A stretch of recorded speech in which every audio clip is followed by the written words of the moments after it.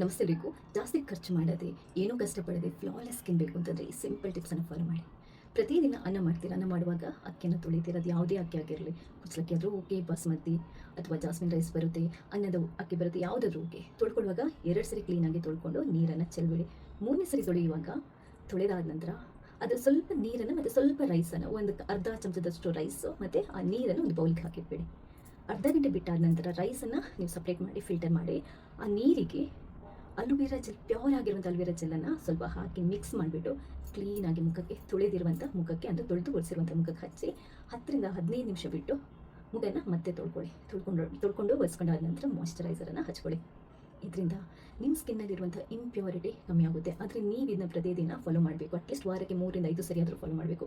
ಒಂದು ತಿಂಗಳು ಅಥವಾ ಒಂದು 3 ರಿಂದ 4 ವಾರ ನೀವು ಈ ಥರ ಮಾಡೋದ್ರಿಂದ ನಿಮ್ಮ ಸ್ಕಿನ್ನಲ್ಲಿರುವಂಥ ಇಂಪ್ಯೂರಿಟಿ, ಅದೇನೇ ಮಾರ್ಕ್ ಇರಲಿ, ಬಂಗು ಕಲೆಗಳಿರಲಿ ಅಥವಾ ಮೊಡವೆ ಕಲೆಗಳಿರಲಿ ಅಥವಾ ಸ್ಪಾಟ್ಸ್ಗಳಿರಲಿ, ಅದೆಲ್ಲ ಕ್ಲಿಯರ್ ಆಗುತ್ತೆ. ರೈಸ್ ವಾಟರ್ಗೆ ಅಂತ ಮ್ಯಾಜಿಕ್ ಇದೆ. ಅದಾದ ನಂತರ ಅದರಲ್ಲಿರುವಂಥ ಅಲೋವೆರಾ ಜೆಲ್ ನಿಮ್ಮ ಸ್ಕಿನ್ನನ್ನು ಟೈಟನ್ ಮಾಡುತ್ತೆ, ಫರ್ಮ್ ಮಾಡುತ್ತೆ, ರಿಂಕಲ್ಸ್ ಅಥವಾ ಸುಕ್ಕು ಇದರನ್ನ ಕಡಿಮೆ ಮಾಡುತ್ತೆ, ಡೀಪಾಗಿ ಹೈಡ್ರೇಟ್ ಮಾಡುತ್ತೆ, ನಿಮಗೆ ಯೂತ್ಫುಲ್ ಗ್ಲೋವನ್ನು ಕೊಡುತ್ತೆ. ಏನನ್ನಾದರೂ ಮುಖಕ್ಕೆ ಹಚ್ಚೋಕ್ಕಿಂತ ಮುಂಚೆ ಪ್ಯಾಚ್ ಟೆಸ್ಟ್ ಮಾಡ್ಕೊಳ್ಳಿ. ಅದು ಮನೆ ಮದ್ದಿರಲಿ ಅಥವಾ ನೀವು ಹೊರಗಡೆಯಿಂದ ತೊಗೊಂಬಂದಿರುವಂಥ ಕ್ರೀಮ್ಗಳಾಗಿರಲಿ.